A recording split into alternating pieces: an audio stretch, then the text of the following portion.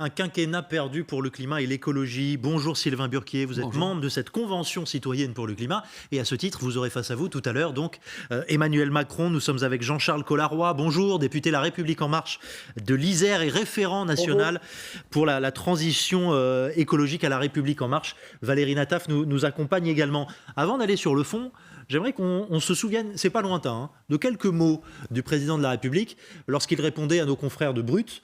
Il est notamment revenu sur les propositions de la Convention citoyenne sur le climat. Voici ce qu'il en disait, Emmanuel Macron. J'ai 150 citoyens, je les respecte, comme des parlementaires. Mais je ne vais pas dire parce que ces 150 citoyens ont écrit un truc, c'est la Bible, ou le Coran, ou que sais-je, dans la période si tendue qu'on connaît. Je préfère pas prendre même ces comparaisons. Mais on n'aurait pas le droit, à un moment donné, de continuer la réflexion collective et de dire qu'il y a peut-être un ou deux endroits où il y a des choses qui ne correspondent pas au problème et qu'on peut, en respect mutuel, continuer de travailler ensemble. Ça, c'est la solution des fainéants. C'est-à-dire, ce sont les gens qui disent, là j'ai un truc, c'est à prendre ou à laisser, vous prenez pas, c'est nul. Allez, vous n'avez pas fait le boulot. Personne n'a autant fait que nous depuis 3 ans. Personne. Bon, Sylvain Burquier, voilà une manière de vous accueillir qui est quand même particulière. C'est-à-dire, vous avez formulé 149 propositions. C'est pas la Bible, c'est pas le Coran, vous dit le chef de l'État. Par rapport au terme de truc, effectivement, nous on a réagi un peu en étant clairement déçus. Bref, il faut recontextualiser cette réflexion. Il l'a fait directement au militant Cyril Dion, qui est garant de la Convention. Deux choses bien séparées. Donc, depuis une semaine, on assiste quand même à une sorte de pugilat médiatique autour de ces deux personnalités. Et le fond de la Convention et les propositions qu'on a faites ne sont pas du tout drivés par ce thème d'affrontement. Et nous, on va affronter personne tout à l'heure. On est convoqué au CESE pour rencontrer le président et voir ce qu'il a à nous dire. Pour l'instant, moi, je ne sais pas ce qu'il a à nous dire. Certains ne viendront pas, on est d'accord ? Certaines personnes qui ne souhaitent pas et qui estiment, comme c'est le cas, avoir fait leur boulot au mois de juin dernier, avoir posé sur la table ce qu'il y avait à faire. Enfin, quand même, vous n'êtes pas un peu vexé quand on vous dit ce que vous avez dit, c'est pas l'alpha et l'oméga de la solution pour lutter contre le climat. On a attendu ça de vous, quand même. Alors nous, on n'a pas dit que c'était l'alpha et l'oméga, on a répondu non, mais le but, c'est quand même que vous soyez écoutés, t'imagines. On a répondu à un mandat qui nous était donné, on y a répondu clairement. Après, le boulot aurait pu se terminer au mois de juin, on fait des recommandations, et après, ce qui est détricoté, amoindri, etc., c'est sous l'égide du courage politique, potentiellement, parce que on voit la situation actuellement de gens qui... On rase les murs un peu dans les ministères pour nous dire mais ça c'est pas possible, etc. Moi j'ai pas du tout l'intention de voir ce soir le président s'excuser de ne pas faire passer certaines choses qui viennent nous expliquer la situation. Et nous on est tout à fait conscients de la situation économique, donc ça ok, maintenant on a fait notre boulot au mois de juin et point final. Valérie, j'aimerais juste, pardonnez-moi, qu'on prenne un autre exemple. Peut-être sur cette thématique qui peut apparaître à certains comme une forme de mépris. Emmanuel Macron, on remonte encore un petit peu plus en arrière, mais il n'y a pas longtemps, il y a quelques semaines, interrogé sur les opposants à la 5G. Voici ce qu'il disait d'eux. J'entends beaucoup de voix qui s'élèvent pour nous expliquer qu'il faudrait relever la complexité des problèmes contemporains en revenant à la lampe à huile. Je ne crois pas au modèle Amish. Et je ne crois pas que le modèle Amish permette de régler les défis de l'écologie contemporaine. Il y a du mépris là-dedans, Valérie Nataf ? Il y a une forme de désinvolture. Je trouve que mépris est peut-être un peu fort. Il y a une forme de désinvolture et des termes qui sont faits, non pas pour apaiser, mais sans doute un peu pour mettre du poil à gratter. Ce que j'entends chez ce que dit M. Burquier, et je trouve ça très intéressant, c'est de dire « ne jetons pas tout ». Il y a des progrès, prenons ce qu'il y a à prendre, si je vous ai bien compris. On peut pas aller... Vous n'êtes pas dans une logique, vous, jusqu'au boutiste, qui n'est pas forcément le cas de tous les conventionnels. Non, oui. Vous êtes 150, oui. Dans le cadre des 150, il y a des personnes qui souhaitent aller au bout. Après, la position qui est la nôtre, c'est qu'on est venu nous chercher. On nous a demandé de faire un boulot, on l'a fait, on a répondu à un mandat. Le sans filtre, tous ces éléments de langage et ce qui a été agité l'année dernière, c'est pas nous qui avons demandé à ce que ça soit transmis sans filtre au Parlement, ce qui d'ailleurs ne veut pas dire grand-chose, mais nous, on peut juste reconnaître que le président a souhaité nous convoquer dans une initiative qui était relativement historique. On en est là actuellement, on attend de voir la suite. Jean-Charles Colarroy, beaucoup dans l'opposition disent au fond chasser le naturel, il revient au galop.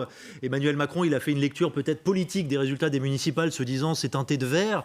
D'ailleurs, ça mérite peut-être d'être un peu nuancé.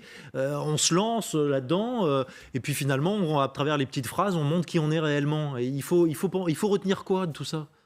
Non, mais vous savez, le président de la République, il a surtout voulu répondre aux activistes et aux opposants qui, envoyés d'ailleurs Yannick Jadot, disent que nous n'aurions rien fait. Donc il rappelle quand même qu'il y a une action qui est déjà engagée, la fermeture des centrales à charbon, des décisions courageuses sur l'aéroport de Notre-Dame-des-Landes, sur le projet Montagneux d'Or, sur les grands projets Europa City, sur la transformation de notre flotte de véhicules, la mobilité douce. On a fait beaucoup de lois. Mais surtout, il salue le travail des citoyens. Et je pense qu'il va le leur redire ce soir. Et le 29 juin dernier, à l'Élysée, quand il reçoit les conclusions des citoyens, il fait un discours très ambitieux. Moi, c'est ma feuille de route. Aujourd'hui, on va avoir ce projet de loi. Ça va être complémentaire du travail des citoyens. Il y a quelques sujets qu'il faut peut-être remettre en perspective, parce que la crise économique, la crise sociale est passée par là. Est-ce qu'il faut taxer l'aérien à un moment où il n'y a plus de transport aérien? Peut-être qu'on peut se reposer la question. Voilà, donc il y a des sujets à remettre en perspective. C'est le travail au Parlement qui va permettre de faire cela. Mais en tout cas, je peux vous assurer que l'intention, elle est là. Le chef de l'État, il le sait, la France doit être à l'avant-garde au plan européen. Le travail de la Convention, c'était moins 40% d'émissions de gaz à effet de serre à horizon 2030. Et on voit que les pays européens sont en train de s'engager sur une trajectoire à moins 55%. Donc il faut qu'on aille encore plus loin. Et moi, je n'oppose pas le travail des citoyens et le travail des élus, la représentation nationale que nous sommes. En rappelant que la France ne tient pas ses engagements de réduction d'émissions de gaz à effet de serre à l'heure où on se parle. Puisque vous parlez des avancées, on a listé un petit peu des avancées, effectivement, retenant ce que vous avez dit, monsieur le député, on va le voir. La relance verte, 30 milliards, l'abandon de l'aéroport de Notre-Dame-des-Landes, l'abandon de la mine de la Montagne d'Or, la loi relative à la lutte contre le gaspillage, la fermeture des réacteurs nucléaires d'ici à 2035 pour 14 d'entre eux, la fermeture des centrales à charbon. Il y a des points aussi qui n'ont pas abouti. On pense au glyphosate, qui est un point de crispation, l'interdiction de vente de véhicules polluants repoussée à 2030, la rénovation obligatoire des logements repoussée à 2028. Je parlais de la lecture des municipales, Valérie Nataf. Est-ce qu'il y a eu une forme aussi de précipitation politique là, de la part d'Emmanuel Macron, qui s'est dit, oula, il y a beaucoup de grandes villes qui passent à gauche, qui passent chez les Verts? Alors, la Convention citoyenne et la première rencontre médiatique, ça s'est passé au mois de juin, donc après les élections municipales, où beaucoup ont dit qu'il y avait une vague verte. Bon, cette vague verte s'est jouée, si j'ose dire, sur fond d'une abstention record. Donc la vague était plutôt une vaguelette. Et on voit d'ailleurs dans les intentions de vote au régional que dans 2 régions au moins, en Auvergne-Rhône-Alpes, les intentions de vote étaient à 17% pour Europe Écologie Les Verts. Elles sont maintenant à 12%. Et en Ile-de-France, elles étaient à 16% et elles viennent de passer à 11%. Donc on voit bien que la demande écolo est moins forte peut-être qu'elle n'était au mois de juin, ou en tout cas qu'on l'avait interprétée comme telle.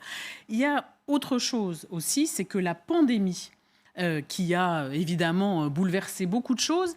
Certains de vos amis dans la Convention ou de vos collègues disent que c'était peut-être le moment de prendre un virage plus écolo et qu'il ne faudrait pas louper ce train non plus. Donc c'est entre ces 2 injonctions une forme de leurre écologiste électorale et des injonctions, là pour le coup climatiques, qui sont importantes, qu'il faudra que le président de la République arbitre. Mais là, on vient de le voir exactement avec l'exemple que vient de nous donner Jean-Charles Colarroy, c'est l'aérien. Vous proposiez, je crois, d'interdire les lignes aériennes quand on peut faire le trajet en moins de 4 heures de train.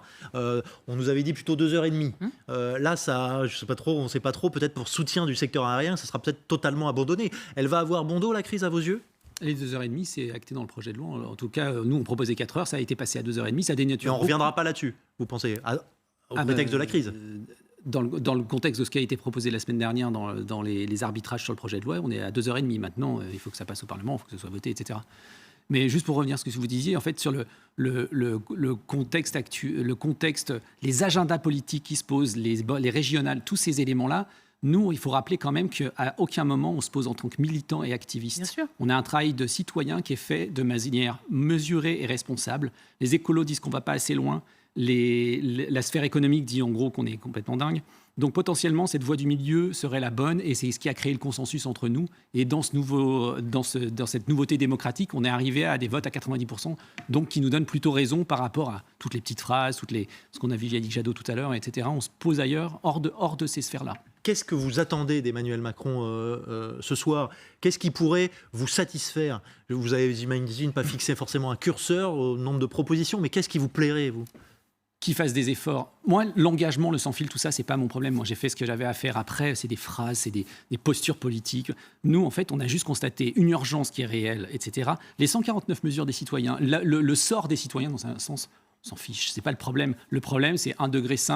Laurence Tibiana dit l'autre jour que même en appliquant des mesures bien supérieures aux mesures de la Convention climat, on n'irait pas assez loin. Donc on est vraiment dans une problématique bien plus grave. Et nous, embarquer le président avec nous sur cette possibilité d'une société un peu différente et sur le allons-y, sur une vision pour la France. En fait, c'est ça, moi, que j'attends d'un président de la République. C'est pas juste qu'il se dédise, etc., mais c'est qu'il ait une vision qui m'entraîne.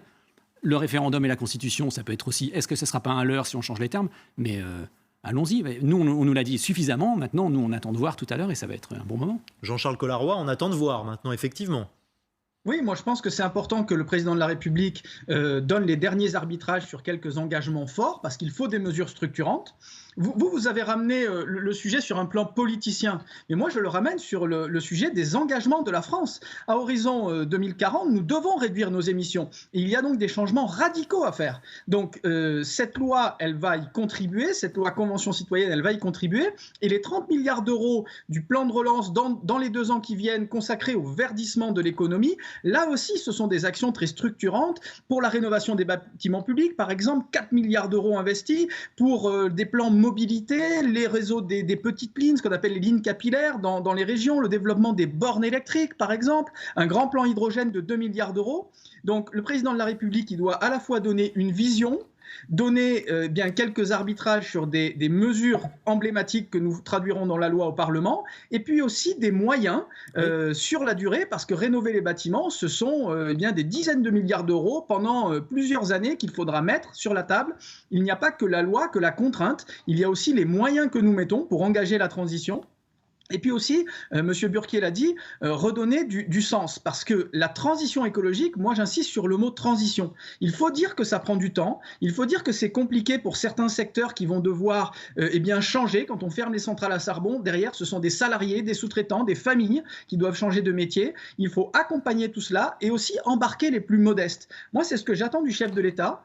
C'est qu'il montre, qu'il explique comment il va embarquer tout le monde, en particulier les plus modestes, qui doivent pouvoir accéder à cette transition et ne pas être laissés sur le bord de la route. Comment on aide pour changer de véhicule, comment on aide pour rénover son logement, comment les citoyens, les entreprises font partie du projet. Je ne réduisais pas tout ça à des enjeux politiciens, ou en tout cas à des petites phrases politiciennes.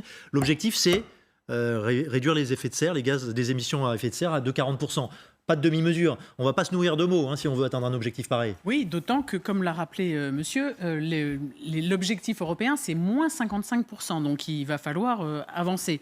Ce que je voulais dire aussi, c'est quand le député dit nous voulons, le président doit embarquer les plus modestes, il a intérêt parce que si cette convention citoyenne pour le climat a eu lieu, c'est parce que ça s'est passé après la crise des Gilets jaunes et après la grande séquence du débat citoyen. Donc, embarquer les plus modestes, c'était le but premier, pas politicien, mais citoyen, si j'ose dire, de cette convention. Un mot.